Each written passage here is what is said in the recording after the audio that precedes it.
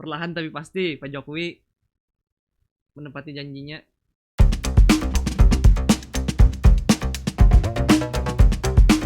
What's up my friend, balik lagi ya kan cuy. Balik lagi dong, masa enggak. Balik terus pokoknya sampai mau menjemput. Bro, apa kabar? Aman? Sehat? Dompet aman? Pemasukan gimana? Lancar? Kayaknya enggak sih ya. Ya namanya lagi PPKM ya kan. Alhamdulillah sudah berakhir, entah diperpanjang atau enggak lagi, yang jelas untuk sementara waktu ya emang kayak gini keadaannya. Ya mau gimana lagi ya kan, siapa juga yang mau dilanda covid kayak gini. Ekonomi turun, sekolah nggak bisa, mau ke pasar susah ya kan. Dan seperti biasa kita bakal nge-react berita entah itu berita politik, pendidikan, berita kesehatan, entah itu berita hiburan, atau ya berita-berita yang ada di negara kita tentunya, atau di yang ada di negara negara luar lah. Jadi ya langsung aja kita ke beritanya daripada kelamaan basa-basi ya kan. Dan di berita pertama ada Juliari ngaku sudah sangat menderita lahir batin, minta dibebaskan saja setelah apa yang Anda lakukan, Bung. Ya emang penyesalan emang selalu datang belakangan lah ya. Pojok 1 ID Jakarta. Juliari Peter Batubara mengaku sudah sangat menderita lahir batin. Karena itu ia memohon agar majelis hakim membebaskannya dari segala dakwaan. Itu disampaikan Juliasi membacakan pledoi atau nota pembelaan atas tuntutan 11 tahun penjara di Pengadilan Tindak Pidana Korupsi pada Pengadilan Negeri Jakarta Pusat Senin 9 Agustus 2021. Mantan Menteri Sosial itu menyebut putusan majelis hakim akan sangat memberikan dampak bagi dirinya dan keluarganya, terutama anak-anaknya yang masih di bawah umur dan membutuhkan seseorang ayah dalam pertumbuhannya. Hanya majelis hakim yang mulia yang dapat mengakhiri penderitaan lahir dan batin dari keluarga saya yang sudah menderita, bukan hanya dipermalukan tetapi juga dihujat untuk sesuatu yang mereka tidak mengerti. Ucapnya, katanya sih nggak ngerti. Menurutnya hujatan dan kebencian kepada dirinya dan keluarganya itu hanya akan berakhir tergantung putusan yang dijatuhkan majelis hakim. Karena itu Juliari menyampaikan sangat menyesali perbuatan yang telah menyusahkan banyak pihak itu. Udah tak nyusahin, ngapain dikerjain? Atas alasan itu Juliari meminta majelis hakim agar membebaskannya saja. Oleh karena itu, permohonan saya, istri saya, dan kedua anak saya, serta keluarga besar saya kepada majelis hakim yang mulia, akhirilah penderitaan kami ini dengan membebaskan saya dari segala dakwaan, harap Juliari. Ya, kalau bisa balikin uangnya ya, bolehlah bebas kalau menurut saya. Kalau menurut gue, kan jadi nggak ada yang dirugiin ya kan. Barang uang yang diambil, ya diganti. Terus hukumannya ya, terserah lah, kalau bisa diganti sih ya nggak mesti dihukum kalau menurut saya. Tapi ya kalau nggak bisa ganti itu apa yang telah diambil ya mesti terima hukuman. Guru killer di NTT kirim video bermain alat vital ke anak sekolahan. Salah kirim yang sebenarnya ditujukan untuk ibunya. Kita baca dulu guys, ini siapa tahu kan judulnya nggak sesuai sama apa yang diberitakan ya kan, nanti malah susah lagi.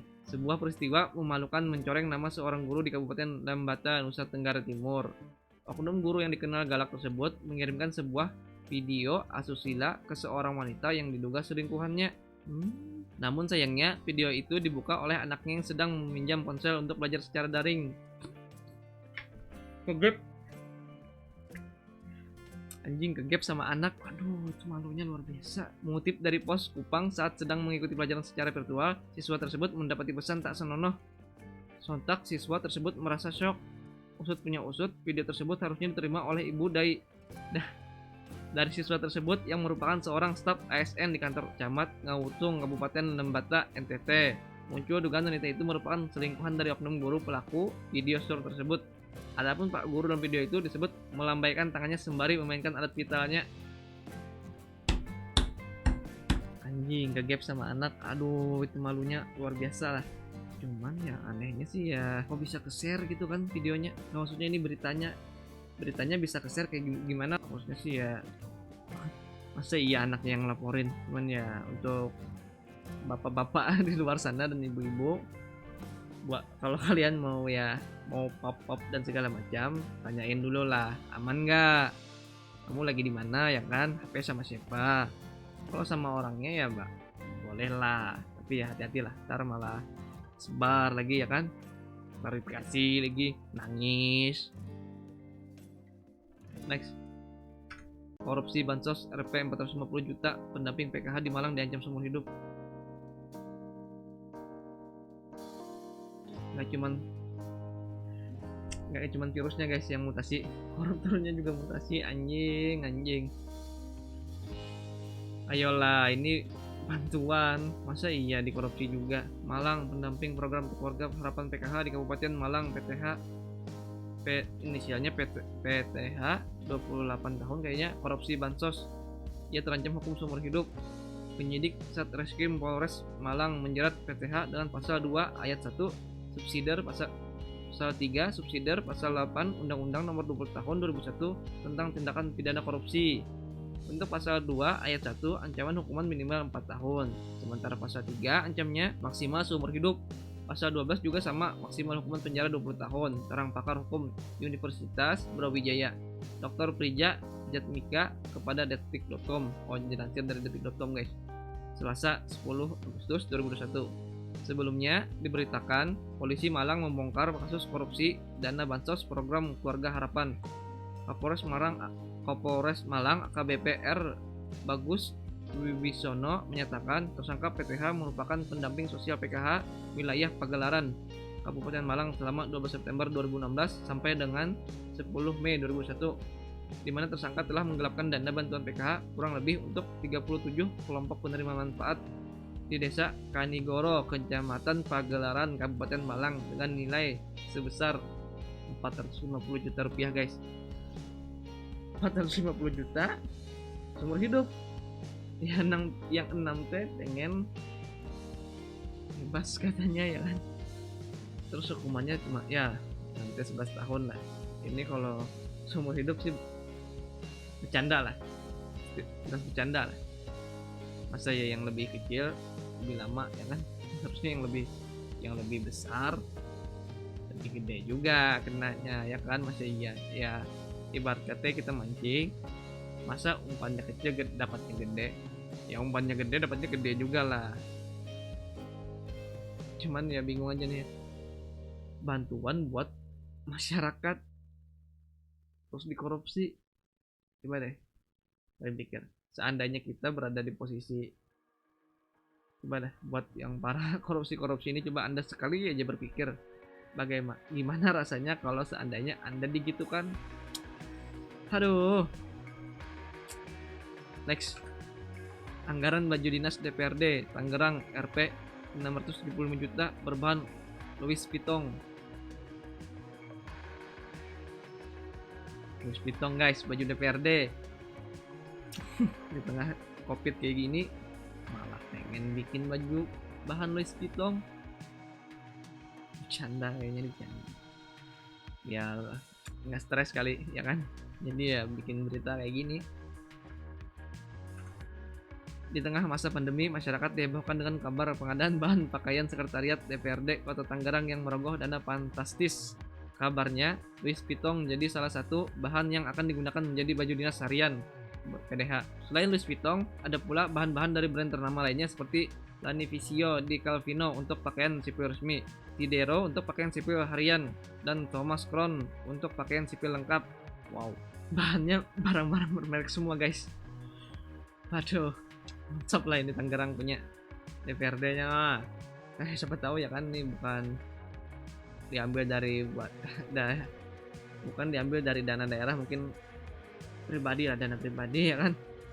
Satu orang ngumpul misalkan ya 20 juta gitu kan, satu anggota DPR untuk satu baju mungkin, untuk tiga jenis baju kalau nggak salah tadi. Dilansir Brilionet dari LPSE Tangerang Kota.go.id pada Selasa 10 Agustus, anggaran pengadaan bahan pakaian DPRD Kota Tangerang 2021 ditaksir mencapai 675 juta, padahal tahun 2020 lalu anggaran pengadaan bahan pakaian itu hanya sebesar 312,5 juta, sehingga dapat disimpulkan bahwa jumlah anggarannya meningkat hingga 2 kali lipat.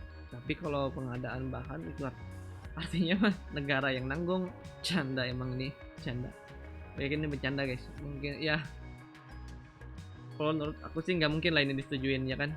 Masa demi cuman buat bahan pakaian doang mesti Louis Vuitton ya kan. Emang ada pengaruh apa buat pekerjaannya gitu ya kan? Nggak ada lah. Next, belanja di pasar Jakarta wajib bawa bukti vaksin. Udah ketebak lah ya kan? Udah ketebak bakal kayak gini. Udah jauh-jauh hari. Ya gimana nih? Nggak. Ya, sebenarnya sih ya nggak mau percaya sama teori-teori konspirasi. Cuman ini malah bikin bukti seakan-akan ini teori konspirasi benar gitu ya kan.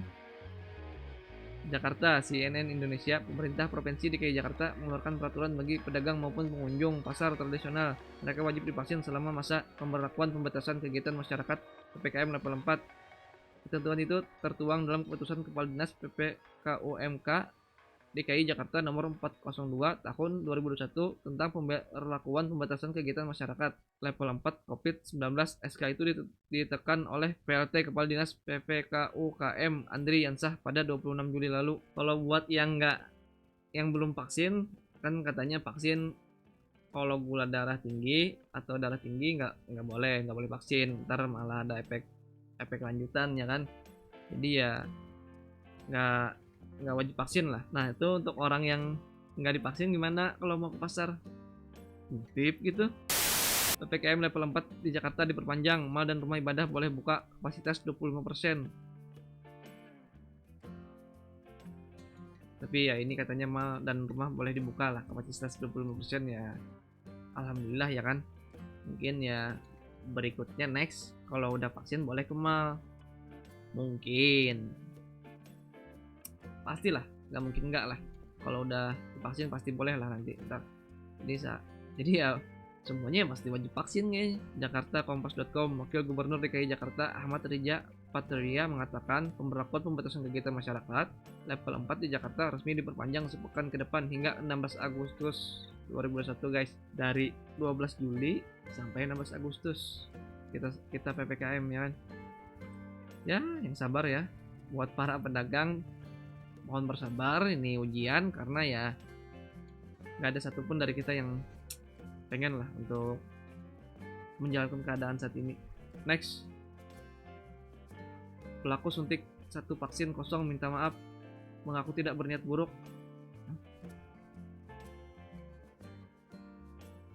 Vaksin kosong, kita baca dulu guys.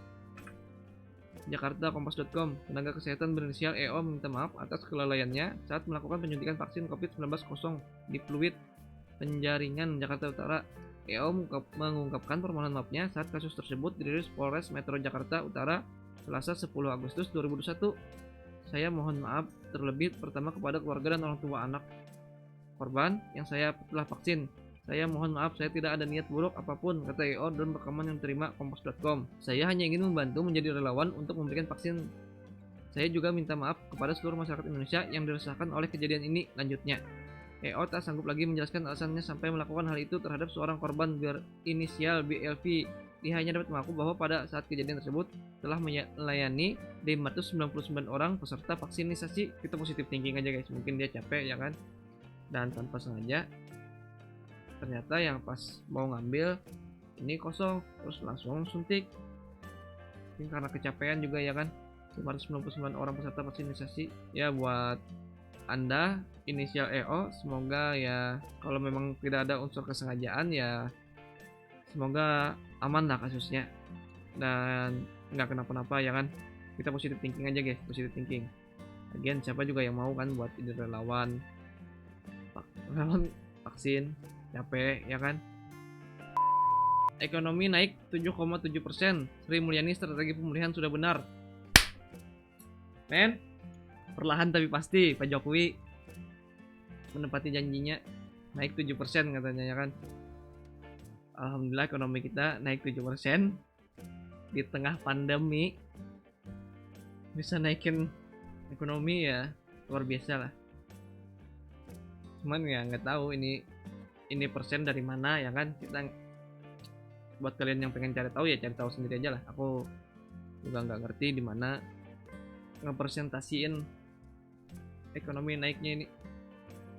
Cuman ya terlepas dari apa atau gimananya, alhamdulillah ekonomi kita udah naik. Triwulan 2 menunjukkan arah pemulihan sudah benar, strategi pemulihan sudah benar dan mulai menghasilkan dampak atau hasilnya. Alhamdulillah. Jakarta, Menteri Keuangan Sri Mulyani Indrawati menyatakan pertumbuhan ekonomi Indonesia pada triwulan 2 2021 yang mencapai 7,7% menunjukkan bahwa arah dan strategi pemulihan sudah benar. Triwulan 2 menunjukkan arah pemulihan sudah benar, strategi pemulihan sudah benar dan mulai menghasilkan dampak atau hasilnya, kata Menteri Keuangan Sri Mulyani dalam konferensi pers di Jakarta Kamis. Alhamdulillah ya kan. Dan oke guys, mungkin segini aja videonya. Sampai jumpa di video berikutnya. Dan buat kalian jangan lupa untuk like, komen, terus subscribe, dan jangan lupa di share ya, biar yang lain nggak ketinggalan lah berita-beritanya. Oke guys, sampai jumpa di video berikutnya.